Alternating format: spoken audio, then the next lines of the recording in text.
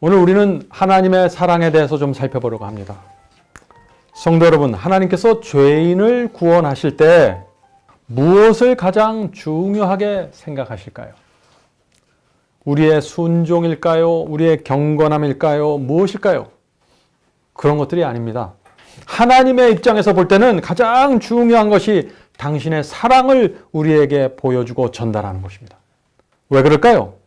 왜냐하면 우리 타락한 인간은 사랑을 보지 않으면 믿지 않습니다. 사랑을 보지 않으면 마음을 열고 주님께 갈 수가 없는 것입니다. 그래서 모든 것은 하나님께서 당신의 사랑을 정확히 보여주셔야만 이루어질 수 있는 것입니다. 그래서 결국 하나님께서 당신의 아들을 십자가에까지 매달아 높인 것이죠. 이 모든 것이 하나님께서 사랑을 보여주기 위한 노력이었다 하는 것입니다. 왜 우리가 사랑을 보아야 할까요? 하나님께 나오는 그 사랑을 보지 않으면요, 우리가 진정한 마음으로 순종할 수 없습니다. 진심으로 주님께 충성할 수가 없는 것입니다. 항상 주님의 눈치를 보면서 살 수밖에 없는 것입니다. 그래서 우리는 사랑을 보아야 하는 것입니다. 그래서 제가 저희 아이들이 어렸을 때 이 아이들에게 좀 엄마의 사랑을 좀 가르쳐 주길 원했습니다. 왜냐하면 이 아이들이 너무 철없고 어떤 때는 엄마에게 함부로 대하는 모습을 제가 옆에서 지켜보면서 그렇게 생각한 것입니다. 그래서 제가 이 아이들에게 엄마는 암소란다라고 제가 설명했어요. 그러니까 아이들이 이상한 눈을 하고서 아니 엄마가 어떻게 암소죠? 라고 물어봤어요. 그때 제가 이렇게 대답했습니다. 암소는 죽어라 하고 일만 하잖니. 새끼를 낳으면 자기가 먹은 것을 다 젖으로 내어주고 밤낮으로 새끼를 돌보고 더운 여름이나 추운 겨울에도 가족을 위해서 늘 신경 쓰자니. 엄마가 그렇게 하잖니. 소는 죽을 때까지 땀을 흘리며 열심히 일해야 되는데 엄마도 그렇게 하지 않니. 너희를 위해서. 죽을 때는 살과 가죽과 꼬리까지 암소는 다 내어주어야 하지 않니. 얘들아, 엄마는 우리에게 암소와 같은 존재란다 그랬어요, 제가. 아이들이 그 말을 듣고 어떻게 반응했을까요? 심각한 얼굴을 하더니 눈물이 글썽글썽하면서 고개를 끄덕끄덕 했습니다. 실제로 엄마가 자기를 위해서 모든 것을 다 해주었으니까 말이죠. 그래서 아이들이 엄마에게 달려가서 이렇게 꼭 껴안아주는 모습을 제가 보였던 것입니다. 사랑하는 성도 여러분, 하나님의 사랑을 정확히 보아야 합니다.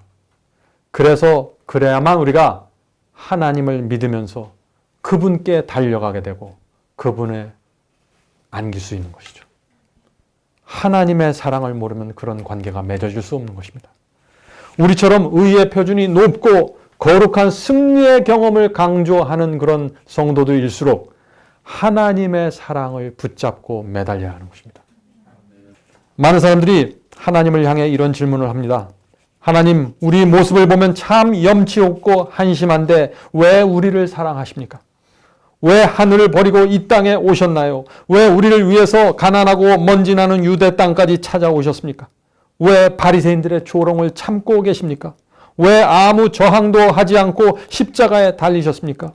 왜 손과 발이 찢기면서까지 우리를 사랑하셨나요? 우리는 이렇게 뻔뻔스러운 얼굴로 죄를 범하고 있는데 왜 우리를 위해서 돌아가셨습니까? 아무도 십자가에 감사하지 않는데 왜 끝까지 그 고난의 길을 걸어가셨습니까? 하나님, 왜 저희를 사랑하십니까? 이것이 많은 사람들이 던지는 질문입니다. 성도 여러분, 여러분은 이런 질문에 어떻게 대답하시겠습니까? 왜 하나님께서 우리를 사랑하는지 말이죠. 우리는 사실 하나님께서 우리를 왜 사랑하는지 잘 이유를 모릅니다. 왜냐하면 우리가 우리 자신의 모습을 보면은 특별하게 잘난 것도 없고 사랑을 받을 만한 공로도 없고 뭐 특별한 자격이 없는데 하나님께서 계속해서 사랑해 주시니까 참 이상한 것입니다. 어떤 때는 하나님께서는 지난 수천 년 동안 모든 것을 던져서 심지어 아들까지 죽이면서 우리를 사랑하시고 구원하셨습니다. 하나님께서 왜 우리를 그토록 사랑하실까요? 참 이상하죠? 여러분은 여러분의 자녀를 왜 그렇게 사랑하십니까? 여러분의 자녀가 공부를 잘해서요? 자녀들의 능력이 좋아서 사랑하십니까? 그렇지 않죠. 오히려 그와 반대입니다, 사실은. 오히려 공부 못하고 능력이 부족하면 부족할수록 더 그 아이를 불쌍히 여기고 더 사랑하게 되는 것입니다. 더 신경 쓰면서 말이죠.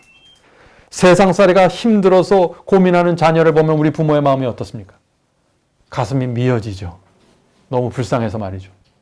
성도 여러분, 부모의 사랑에 아무런 이유가 없는 것처럼 하나님의 사랑도 이유가 없는 것입니다. 오래전에 미국 테네시주에 끔찍한 연쇄살인 사건이 있었습니다. 특별한 이유도 없이 어떤 사람이 젊은 사람들을, 젊은 여자들을 골라서 죽이는데 해가 떨어지고 어두워지기 시작하면 죽이는 것이에요. 그래서 이 주 경찰 당국이 총력을 기울여서 그 살인범을 잡으려고 애를 썼지만 잡을 수가 없었습니다. 그러니 어떻게 돼요? 사람들이 무서워서 해가 떨어지기만 하면 집 밖을 나가지 않는 것입니다. 테네시주 전체가 공포에 휩싸였습니다. 자, 사람들은 그 무서운 살인범, 연쇄 살인범이 잡히기만을 기다렸습니다. 자, 그런데 어떻게 됐을까요? 몇 개월이 지나면서 드디어 그 범인이 잡혔습니다. 그 범인은 20대 초반의 아주 어린 청년이었습니다.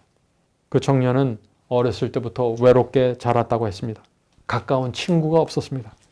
그래서 그 마음에 외로움과 분노를 가득 채운 채 외로운 늑대로 성장하게 된 것입니다.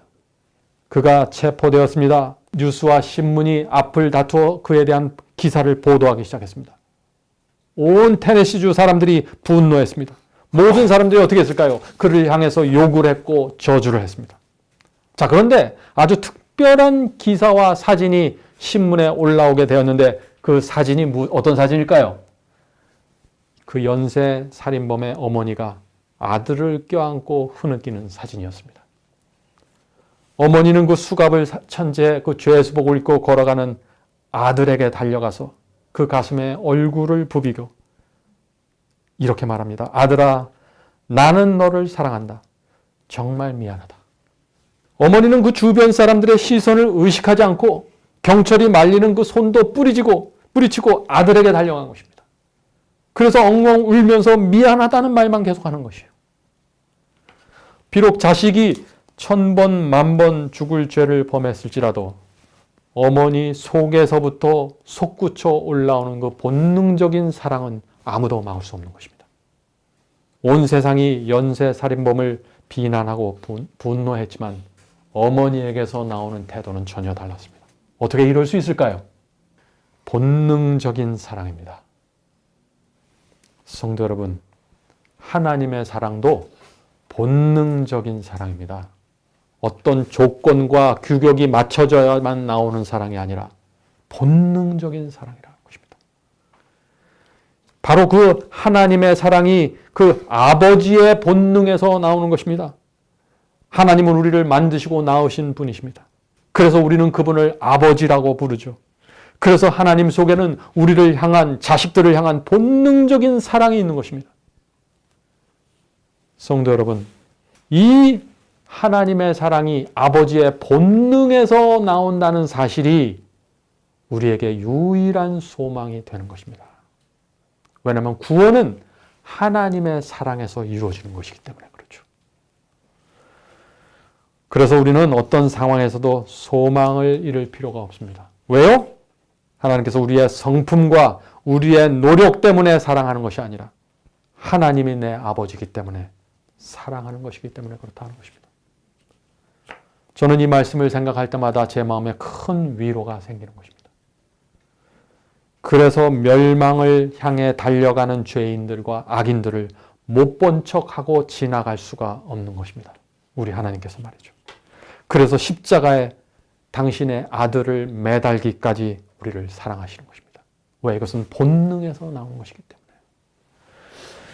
성도 여러분, 우리가 아무리 악한 죄를 범했을지라도 그 모습을 보는 하나님의 마음속에서는 무엇이 나올까요? 울컥울컥 사랑이 솟구쳐 올라오는 것입니다. 불쌍한 동정이 솟구쳐 올라오는 것입니다. 바로 여기에 우리의 소망이 있고 희망이 있는 것입니다. 그러므로 우리가 죄를 범했을 때 어떻게 해야 될까요? 우물쭈물할 필요가 없습니다. 자꾸 머뭇머뭇거릴 필요가 없습니다. 혹시 지난주에 쓰러지고 넘어지셨습니까? 망설이지 말고 즉시 주님께 가십시오. 주님의 본능적인 사랑이 여러분을 받아주실 것입니다. 탕자가 돌아왔을 때 본능적인 사랑으로 그 아들이 끼친 피해와 손해를 생각지 않고 그를 받아주고 사랑했던 거죠. 우리 아버지도 그렇게 하신다는 것입니다. 저와 여러분의 구원을 위한 완전한 준비가 갖춰져 있는데 그것이 뭐예요? 하나님의 사랑입니다. 여러분은 그 사랑을 받으시겠습니까? 성도 여러분, 그래서 참된 신앙은 하나님의 사랑을 보고 느끼고 만지고 깨닫는 데서 시작되는 것입니다. 그러나 안타까운 것이 있어요. 오늘 많은 사람들이 어떻게 합니까? 하나님의 마음속에서 그 끓어오르는 그 본능적인 사랑을, 그 억제할 수 없는 그 사랑을 모른 채 신앙을 하는 것입니다. 내 의지와 내 노력으로 말이죠. 내가 이것도 순종하고 저것도 순종하면 언젠가는 내가 하나님께 간합받겠지 하는 그런 답답한 마음을 갖고 말이죠. 다 부질없는 노력이죠. 자, 그런 신앙을 하는 사람들에게 어떤 문제가 생길까요? 하나님의 사랑을 모르고 하나님을 모르니까 어떻게 됩니까? 자꾸 이런저런 종교적인 수단을 통해서 하나님의 사랑을 얻어내려고 하는 것입니다. 어떤 사람들은 헌금을 많이 내서 얻어내려고 하고, 어떤 사람은 봉사를 통해서, 어떤 사람은 희생을 통해서 신앙을 유지하고 끌고 가려고 정말 처절하게 노력하는 것입니다. 그렇게 할 필요가 없다는 것입니다. 우리는 하나님의 사랑 속으로 들어가면 되는 것입니다. 성도 여러분, 하나님의 사랑은요, 지금도 넘치도록 흘러나오고 있습니다. 누구든지 그것을 보고 듣고 붙잡으면 거기서 구원이 이루어져 버리는 것입니다. 마음과 생애가 변화되기 시작하는 것입니다. 중생의 경험이 거기서 나오는 것입니다. 성도 여러분, 사랑은 느끼는 자의 것입니다. 아무리 엄청난 사랑이 퍼부어져도 내가 그것을 느끼지 못하면 어떻게 돼요? 아무 소용이 없는 것입니다. 하나님의 사랑이 퍼부어져도 내가 그것을 느끼지 못하면 아무 소용이 없는 것입니다. 하나님이 내 아버지가 될 수가 없는 것입니다. 사랑을 느끼지 못하면 말이죠. 하나님의 사랑을 받지 못하면 우리 그리스도인에게 어떤 증세가 나타납니까? 외롭습니다. 하나님께 의지하는 것이 불안하니까 자꾸 뭘 의지해요? 돈이나 어떤 물건을 의지하면서 살아가게 되는 것이죠. 구원을 잃어버릴까 봐 자꾸 초조하게 됩니다. 참된 평안과 풍요로움을 누리면서 살지 못하게 되는 것입니다. 왜요? 하나님의 사랑을 모르니까 말이죠. 혹시 우리 중에 오늘 제가 말씀드리는 이런 문제를 갖고 계신 분이 계십니까? 오늘 이 시간에 그 문제가 풀려나게 되기를 제가 간절히 바랍니다. 저 역시 오랜 세월 동안 주님을 믿었지만 하나님의 사랑을 몰랐습니다. 그런데 구원을 받아야 하니까 늘 열심히 기도하고 예배드렸습니다. 성경 말씀대로 살려고 애쓰고 애썼습니다. 하나님의 사랑을 몰랐지만 내가 열심히 애쓰고 애쓰면 언젠가는 내가 그것을 느끼고 받아들일 수 있겠지라는 생각을 하고 살았습니다. 그러니까 제 마음이 어땠을까요? 늘 허전하고 적막하고 외로운 것입니다. 교회에 더 충성하게 되고 더 많이 헌신하게 되고 더 열심히 일하게 되고, 그런데 그것이 잘 되질 않았습니다. 성경은 회개하라고 하는데 회개가 뭔지 모르고 잘 안 되는 것이 그게.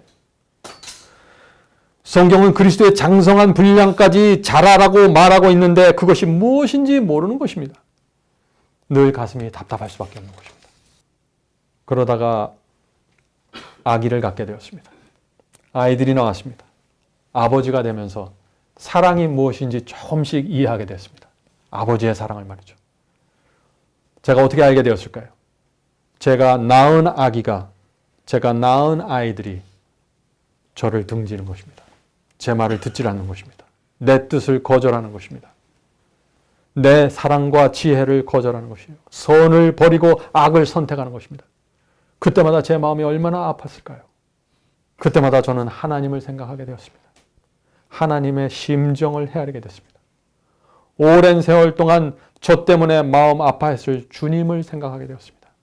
저는 주님의 사랑을 알지 못하면서 장로가 되고 집사가 되고 억지로 경건의 모습을 흉내내려고 살았습니다. 하나님께서 그런 저의 모습을 보면서 얼마나 답답했을까요? 얼마나 슬펐을까요? 오늘 많은 그리스도인들이 그렇게 살아갈 수 있다는 것입니다. 인생의 여러 고난을 통과할 때마다 말씀을 붙잡고 씨름하게 되었습니다. 그래서 그때마다 조금씩 하나님의 마음을 헤아리게 되었습니다. 제 신앙이 경건의 모양에서 벗어나서 실제가 되기 시작하는 것입니다. 성도 여러분, 우리는 성경이 요구하는 높은 표준을 바라보면서 사는 사람들입니다.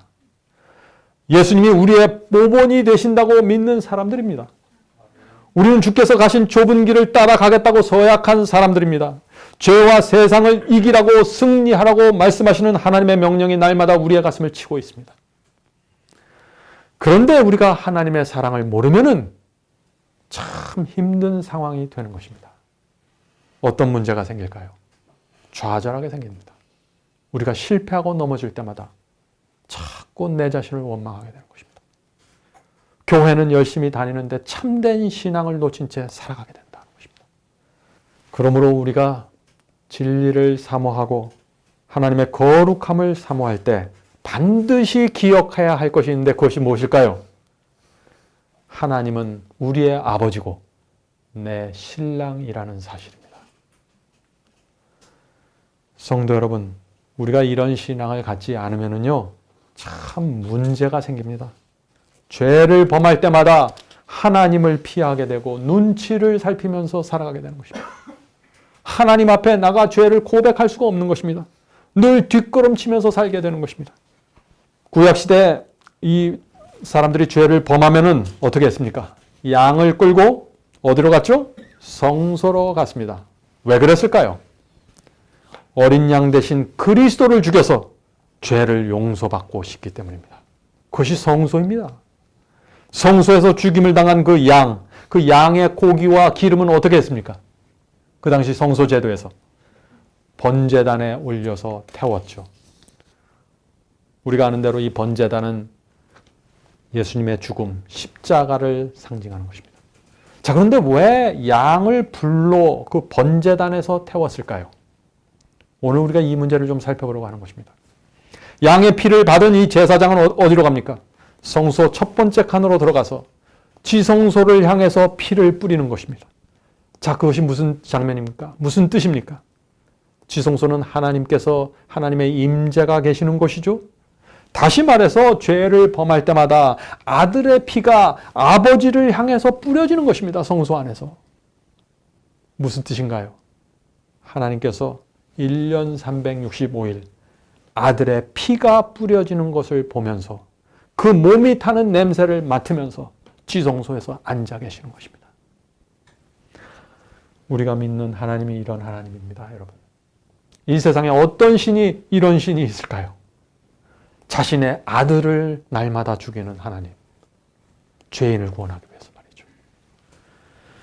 성도 여러분, 우리는 성소에 계신 하나님의 사랑과 고통을 이해해야 합니다. 그래야 참된 신앙으로 들어갈 수 있습니다.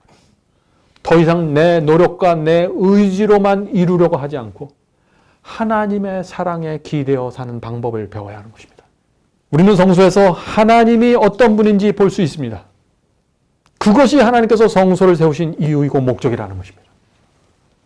만일 여러분의 자녀가, 우리의 자녀가 그들의 피가 날마다 내 앞에서 뿌려지고 그들의 몸이 날마다 내 앞에서 불에 타서 냄새를 맡으면서 우리가 살게 된다면 우리가 어떨까요? 하나님의 마음을 이해하시겠습니까, 여러분?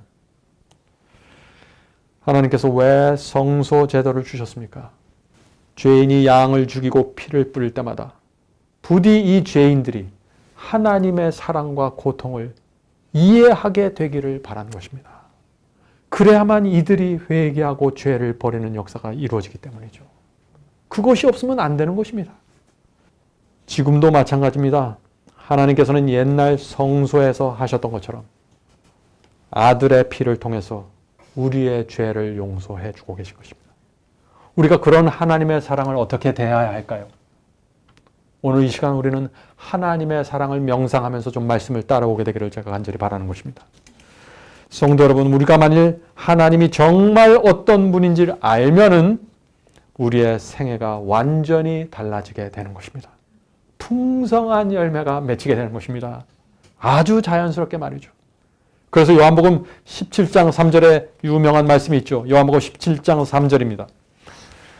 영생은 곧 유일하신 참 하나님과 그가 보내신 자 예수 그리스도를 아는 것이니라. 영생은 무엇이에요? 어디에서 시작돼요? 하나님과 그리스도를 알면은 이루어진다는 것입니다. 그분의 사랑과 희생과 죽음이 무엇인지 정말 알게 되면은 우리의 마음이 변화되고 그분의 사랑 앞에 굴복하게 되는 것입니다. 영원한 생명이 그때 시작되고 출발하는 것입니다. 얼마나 쉽습니까? 그래서 구원은 거저 주시는 선물이 되는 것입니다. 사랑하는 성도 여러분, 그런데 오래전부터 이 기독교에 큰 문제가 생기게 되었습니다. 자, 그 문제가 어떤 문제일까요? 십자가의 사랑을 이해하지 못하게 막는 거대한 가르침이 형성된 것입니다. 자, 그 가르침이 어떤 가르침입니까? 그리스도께서는 마치 몸으로만 고통당하다가 죽은 것으로 십자가에 돌아가신 것으로 그렇게 가르치는 복음입니다. 그것이 하나님의 사랑을 보지 못하게 막는 큰 장애물입니다. 정말 십자가는 그리스도의 몸의 상처와 그리스도의 몸에서 나오는 피와 그리스도의 몸으로 느끼는 고통 때문에 이루어지는 것일까요? 그것이 십자가입니까? 지난 수십 년 동안 그리스도의 죽음에 대한 수많은 책들이 나오고 영화들이 만들어졌죠? 그런데 그것들 모두 예수께서 당하신 그 육체의 고통에 대해서만 다루는 것입니다. 하나님의 몸에서, 예수님의 몸에서 이렇게 고통을 느꼈다. 채찍을 맞았다. 몽둥이질 당했다. 침뱉음 받았다. 채찍에 의해서 살점이 떨어져 나가고 피가 튀기다가 드디어 돌아가셨다. 그러니까 우리는 그리스도의 사랑을 우리가 이해하고 받아들여야 된다. 감사해야 된다. 이런 식의 설교들과 이런 식의 영화들이 나온 거죠. 물론 가시관과 대못이 우리 예수님의 육체에 큰 고통을 준 것은 사실입니다. 그러나 사도 바울은요, 이 십자가의 죽음을 전혀 다르게 설명하고 있는 것입니다. 오늘날의 책들과 영화에서 말하는 그런 식으로 설명하지 않는 것입니다. 잘 들어보시기 바랍니다. 갈라디아 3장 13절입니다. 갈라디아 3장 13절. 그리스도께서 우리를 위하여 저주를 받은 바 되사. 그리스도께서 무엇을 받았어요? 우리를 위하여? 저주를 받은 바 되사. 율법의 저주에서 우리를 속량하셨으니 기록된 바 나무에 달린 자마다 저주 아래에 있는 자라. 바울은 그리스도의 십자가 죽음을 말하면서 무엇이라고 말합니까? 대목과 가시관을 말하나요? 그렇지 않죠? 무엇을 말합니까? 십자가에 쏟아진 하나님의 저주를 말하고 있는 것입니다. 예수께서 그 모든 저주를 받아내셨다는 것입니다. 이것은 정말 놀라운 말씀입니다. 이 저주가 무슨 저주일까요? 오늘 우리가 이것을 살펴볼 것입니다.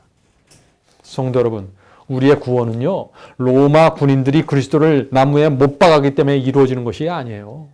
육체적인 고통을 당했기 때문에 우리가 구원받는 것이 아닙니다. 유대 군중이 그리스도를 때리고 비웃고 침뱉었기 때문에 우리가 구원받는 것이 아닙니다. 오해하지 말아야 됩니다.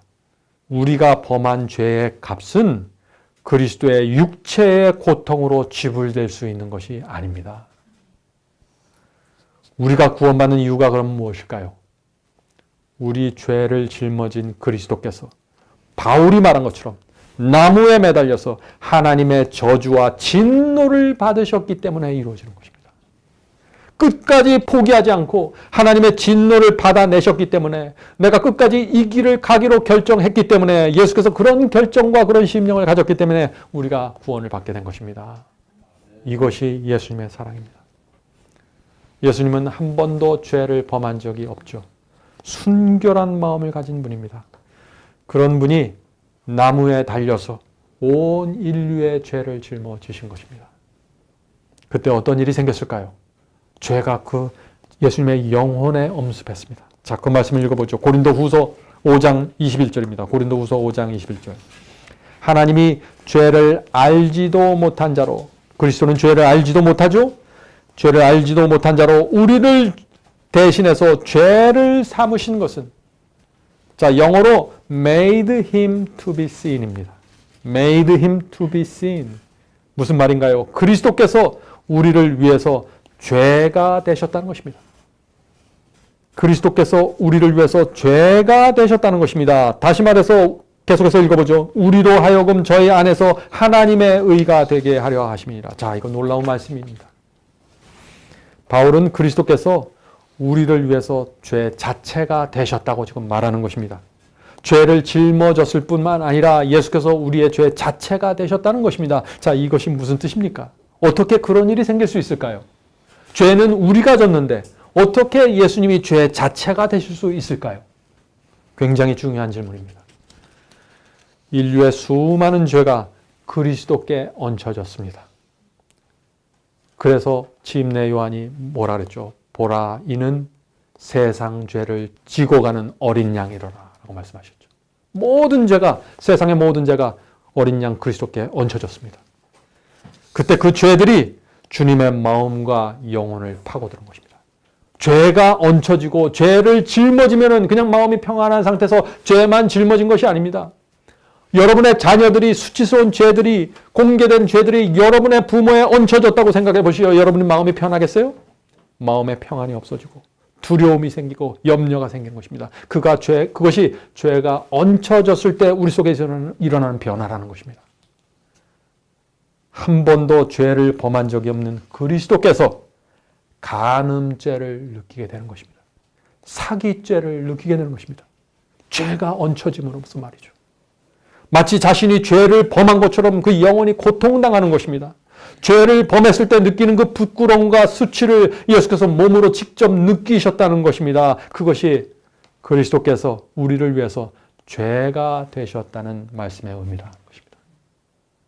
그것이 십자가의 고통이었습니다. 죄인이 양에게 손을 얹고 죄를 고백하면은 죄가 어떻게 되죠? 죄가 양에게 옮겨지게 됩니다. 그때부터 이 양의 속에는 죄가 있는 것입니다. 양은 죄 자체가 되는 것입니다. 그래서 피를 흘리고 죽어가게 되는 것입니다. 이것이 십자가입니다.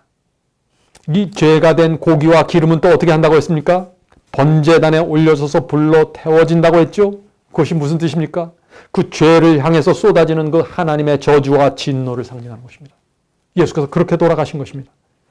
성도 여러분, 우리가 정말 이 십자가에서 이루어진 예수님의 고통과 사랑을 조금이라도 이해할 수 있다면 우리는 전혀 다른 차원의 신앙으로 옮겨지게 되는 것입니다. 그래서 그냥 어디 몸이 아프고 상처가 나고 가시관에 찔리고 피가 많이 흐르고 등에 채찍을 맞고 이 고통 때문에 우리가 구원받는 것이 아니에요. 죄의 싹은 사망입니다. 우리가 단 하나의 죄를 범해도 우리는 멸망으로 들어가야 되는 것입니다. 그래서 우리를 구원하시기 위해서는 하나님께서 우리가 범한 죄의 대가, 그 멸망을 경험해야 한다는 것입니다. 그것이 십자가의 고통이에요. 여러분들, 이 말씀은 오늘 설교로서 끝날 수가 없는 말씀입니다. 계속해서 여러분들이 생애를 통해서 이 말씀을 명상해야 하는 것입니다. 예수님은 엄청난 죄의 무게와 하나님의 진노 때문에 하나님 아버지의 얼굴을 볼 수 없었다고 했습니다. 다시 부활할 수 있다는 소망도 가질 수가 없었습니다. 죄의 무게가 너무나 무거웠기 때문에, 짓눌렸기 때문에 그럴 수가 없었던 것이죠. 그래서 예수께서 이렇게 외쳤던 것입니다. 예수님의 이 외침은 부활의 소망이 없는 것입니다. 자, 이 말씀을 들어보시기 바랍니다. 마태복음 27장 46절입니다. 제9시 즈음에 예수께서 크게 소리질러 가라사대 엘리 엘리 라마 사박다니 하시니 이는 곧 나의 하나님 어찌하여 나를 버리셨나이까 하는 뜻이라. 자, 이 말씀이 무슨 뜻입니까? 오늘 많은 사람들이 이 장면을 보면서 이렇게 말하죠. 하나님께서 당신의 아들에게 입혀진 그 몸의 상처와 몸의 고통과 몸에서 흐르는 피를 참아 볼 수 없기 때문에 눈을 감고 뒤돌아선 것이 아닙니까? 라고 설명을 하죠. 이게 그 장면인가요? 아닙니다. 예수께서 하나님께 저주를 받고 버림받았다고 느꼈기 때문에 어찌하여 나를 버리셨나이까? 라고 절규하는 것입니다. 그리스도는 한 번도 분리된 적이 없는 하나님과 영원히 떨어져 나갔다고 느끼는 것이에요. 어디서요? 십자가에서. 영원히 떨어져 나간다. 그게 무엇이에요? 여러분들 어떤 TV 다큐멘터리 보시면 우주에 우주선이 있죠? 거기 우주에 우주선이 있는데 우주인들이 어떻게 가끔 우주선에 문제가 생기면은 우주선 밖으로 나와서 우주선과 자신을 하나의 줄로 묶어서 연결된 상태에서 허공을 다니면서 무슨 작업을 하고 일을 합니다. 근데 그 선이 끊어지면 어떻게 될까요? 이 우주인은 우주선 모선으로부터 영원히 떨어져 나가고 우주의 암흑 속으로 들어가게 되는 것입니다. 그것이 분리입니다. 하나님과 예수님이 십자가에서 그런 분리를 느낀 것입니다. 왜요? 예수님의 이 죄 자체가 되신 예수 위에 하나님의 저주와 그 악인에게 쏟아지는 하나님의 분노가 퍼부어지면서 하나님께서 아버지를 볼 수가 없는 것입니다. 이제 내가 죽고 3일 후에 부활할 것이라는 그 소망까지도 보이지 않는 것입니다. 그런 것이 바로 십자가의 두려움이었고 고통이었다는 것입니다. 성도 여러분, 태초 이전부터 하나님과 하나가 되셔 살아오신 것입니다. 그런데 십자가에서 영원히 분리되는 것처럼 느꼈던 것입니다. 여러분의 자녀들이 길을 가다가 어린 자녀가 여러분의 손을 놓치고 영원히 분리될 것 같은 느낌을 받는다면 자녀들이 어떨까요? 엄청난 두려움과 공포 속으로 들어갈 것입니다. 지금 그런 일이 십자가에서 벌어진 것입니다. 그런데도 예수께서 당신의 죽음을 끝까지 놓치지 않고 그 길을 걸어가신 것입니다. 왜 그럴까요? 본능적인 사랑이 속에서부터 계속해서 솟구쳐 나왔기 때문입니다. 이 영혼들을, 죄인들을 내가 반드시 살려야 된다는 그 창조주의 본능적인 사랑, 그것이 십자가를 포기하지 않고 그 길을 끝까지 가기로 결정하게 만든 파워가 되는 것입니다. 그 사랑 안에 우리의 구원의 소망이 담겨져 있는 것입니다. 얼마나 감사합니까? 우리가 주님을 어떻게 생각해야 될까요? 우리의 삶이 끝나는 순간까지 우리는 감사하고 또 감사하면서 살 수밖에 없는 사람들입니다. 십자가의 사랑과 희생이 없다면 우리는 이 세상에 잠시 개나 짐승처럼 살다가 끝나게 되는 것인데, 십자가의 고통 때문에 우리에게 희망이 생긴 것입니다. 그리스도께서 당하신 고통이 어떤 고통입니까? 그것은 악인들이 지옥에서 느끼는 공포와 두려움입니다. 하나님과 완전히 떨어져 나가는 고통 말이죠. 그래서 성경은 그 고통을 둘째 사망의 고통이라고 말하는 것입니다. 자, 성경에는 첫째 사망이 있고 둘째 사망이 있죠? 첫째 사망은 뭡니까? 첫째 사망은 태어나면 누구나 한 번은 죽는 자연사입니다. 사고로 죽는 것, 병으로 죽는 것, 늙어서 죽는 것, 다 첫째 사망입니다. 자, 그런데 둘째 사망은 어떤 사망입니까? 둘째 사망은 죄를 회개하지 않는 악인의 멸망을 말하는 것입니다. 다시 말해서 지옥불의 멸망을 뜻하는 것입니다. 그래서 예수께서 서문학교의 그 충성스러운 성도들에게 이런 약속을 주신 것이에요. 계시록 2장 11절 보겠습니다. 계시록 2장 11절. 귀 있는 자는 성령이 교회들에게 하시는 말씀을 들을지어다. 이기는 자는 둘째 사망의 해를 받지 아니하리라. 성도 여러분, 예수께서 십자가에서 둘째 사망의 고통을 당하셨기 때문에 우리의 죄의 값을 완전히 대속할 수 있었던 것입니다. 그냥 육체적인 고통, 그냥 피를 많이 흘린 것, 그거로고 지불될 수 없는 것입니다. 이 죄의 값이라는 것은.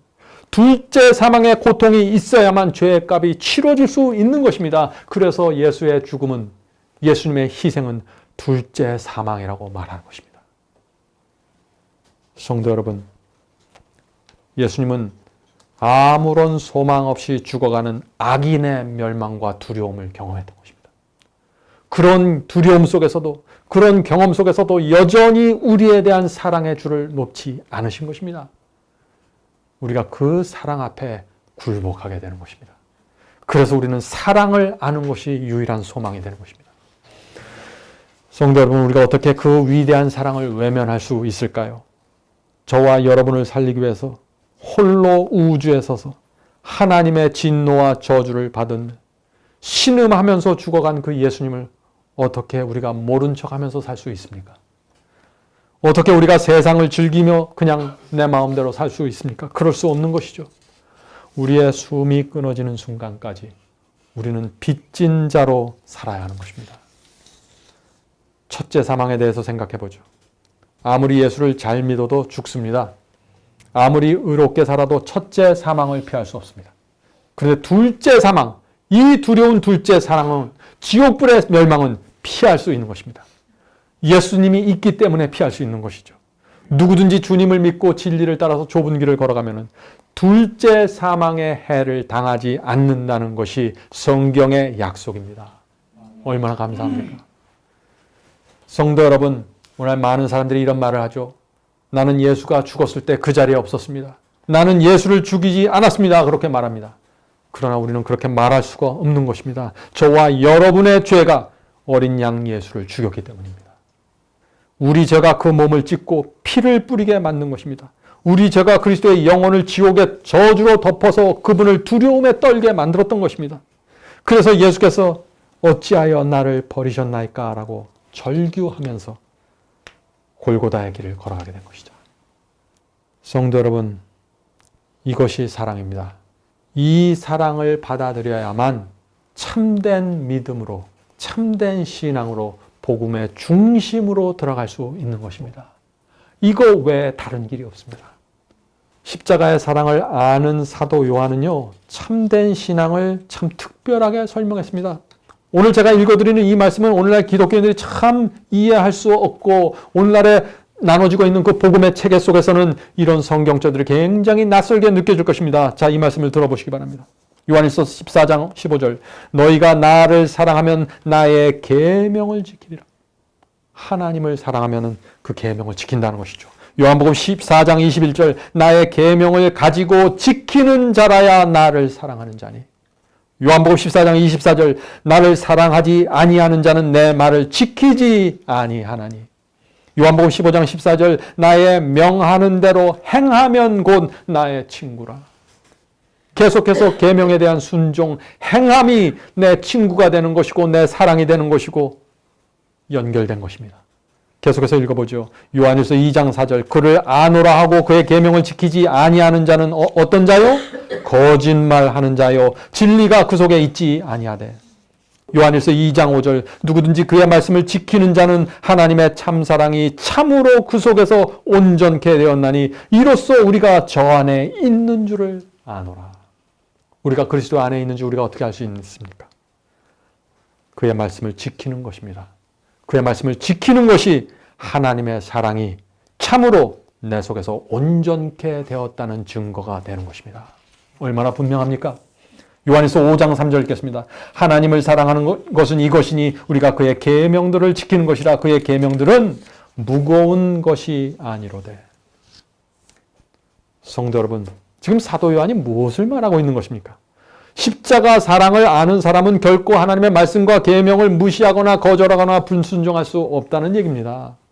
그것이 참된 사랑이라고 지금 우리에게 제시해주고 있는 것이에요. 성경은 사랑과 계명과 순종을 별개의 것으로 나누어서 설명하지 않습니다. 여러분들 이거 잘 이해하셔야 됩니다. 주님을 사랑하면은 그의 계명을 지키고 순종하게 되는 것입니다.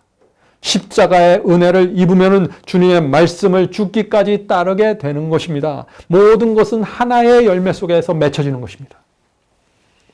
참된 신앙은 자연스럽게 맺혀지는 열매이지 내가 노력해서 만들어내고 애쓰는 것이 아니라는 것입니다.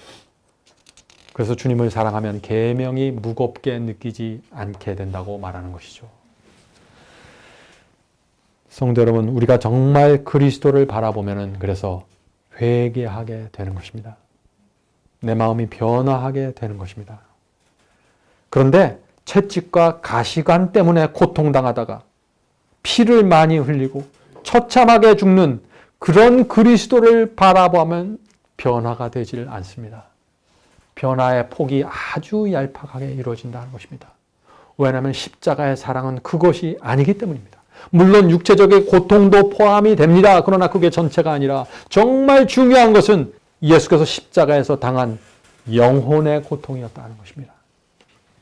하나님의 저주와 진노를 받고 둘째 사망 속에서 신음하며 죽어가는 그리스도를 우리는 바라봐야 되는 것입니다. 거기에 우리의 소망이 있는 것입니다. 내가 당해야 될 둘째 사망의 고통을 하나님의 아들이 대신 당하는 그 모습 속에서 우리가 소망을 발견하게 된다는 것입니다. 하나님과 분리된 채 우주에 홀로 버려져서 두려움에 떨고 있는 그리스도를 바라보십시오. 그것이 십자가 사랑입니다. 그것을 바라보는 사람은 그리스도의 놀라운 희생과 사랑에 이끌려가게 될 것입니다. 요한복음 12장 32절에 그 말씀이 있죠. 내가 땅에서 들리면 모든 사람을 내게로 이끌겠노라 하시니. 사랑하는 성도 여러분, 우리가 어떻게 살아야 할까요? 시편 기자의 말을 잘 들어보시기 바랍니다. 이 말씀은 정말 중요한 말씀입니다. 시편 90장 12절입니다. 우리에게 우리 날 계수함을 가르치사 지혜로운 마음을 얻게 하소서. 자, 이 말씀이 무슨 뜻입니까? 우리의 나를 계수하는 자가 지혜로운 마음을 얻게 된다고 했죠? 자, 우리의 나를 계수한다. 자, 이 말씀이 무슨 뜻입니까? 우리가 살 날을 며칠인가 따지고 계산해 보라는 것입니다. 다시 말해서 우리의 인생이 얼마나 짧은지 계산해 보라는 것입니다. 인생이 얼마나 짧은지 알면은 그런 사람은 지혜로운 마음을 얻게 될 것이라는 것이죠. 성도 여러분, 지혜가 무엇입니까? 우리가 내 남은 인생 동안 어떻게 살지를 아는 것이 지혜입니다. 아무리 똑똑하고 잘났어도 이 지혜가 없으면 아무것도 아닙니다. 안개처럼 사라지는 짧은 인생, 우리가 어떻게 살아야 할까요? 무엇을 해야 할까요? 우리의 학위와 재산과 재능과 시간을 우리가 어떻게 사용해야 할까요? 우리가 붙잡고 있는 모든 것은 결국엔 완전히 무너집니다. 황제도 죽고 대통령도 죽고 모든 사람이 죽습니다. 죽음은 모든 사람이 물리치고 싶어 하지만 아무도 물리칠 수 없는 원수입니다. 죽음은 결국 우리를 찾아오시고 그것이 찾아왔을 때 우리는 속수무책으로 사망 속으로 들어가게 되는 것입니다. 우리가 남은 인생을 어떻게 살아야 될까요? 미리 하늘의 지혜를 받고 인생을 계획해야 됩니다. 죽음이 찾아오기 전에 말이죠. 성도 여러분, 인생이 긴 것처럼 느껴질 때가 있죠? 젊었을 때는 그렇게 느껴지게 됩니다. 그런데 사실은 우리는 늘 죽음을 달고 사는 참담한 존재들입니다. 어떤 때는요, 1초 사이로 죽음을 피하고 어떤 때는 한 발자국 사이로 목숨을 구하게 되는 것입니다. 멀쩡하다가 어느 날 갑자기 암 상고를 받고 두려움에 떨게 되는 것이에요. 그것이 우리의 인생입니다. 죽음과 우리 사이에는 단지 몇 발자국입니다. 이것이 인생이에요. 우리가 이 인생에서 무엇을 소중히 여기고 살아야 할까요? 이것이 지혜라는 것이에요. 우리가 이런 참담한 인생이지만은 우리에게 하나님의 사랑과 은혜가 베풀어져 있다는 것입니다. 그것을 바라보면서 사는 사람들만이 참된 신앙으로 들어가게 되는 것이죠. 성도 여러분, 우리가 어떻게 인생의 시간을 보내야 됩니까? 오늘 말씀을 마치면서 이 문제를 좀 생각해 보길 바랍니다. 저희 아버님은 94세입니다. 그런데 저희 아버님의 그 동창생들과 친구들 중에 이제는 살아계신 분이 아무도 없다고 합니다. 다 죽으셨어요. 예?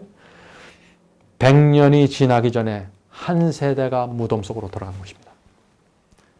우리가 죽은 지 100년이 지나가기 전에 우리가 이루었던 모든 일들이 잊혀지게 될 것입니다. 인생은 허무한 것입니다.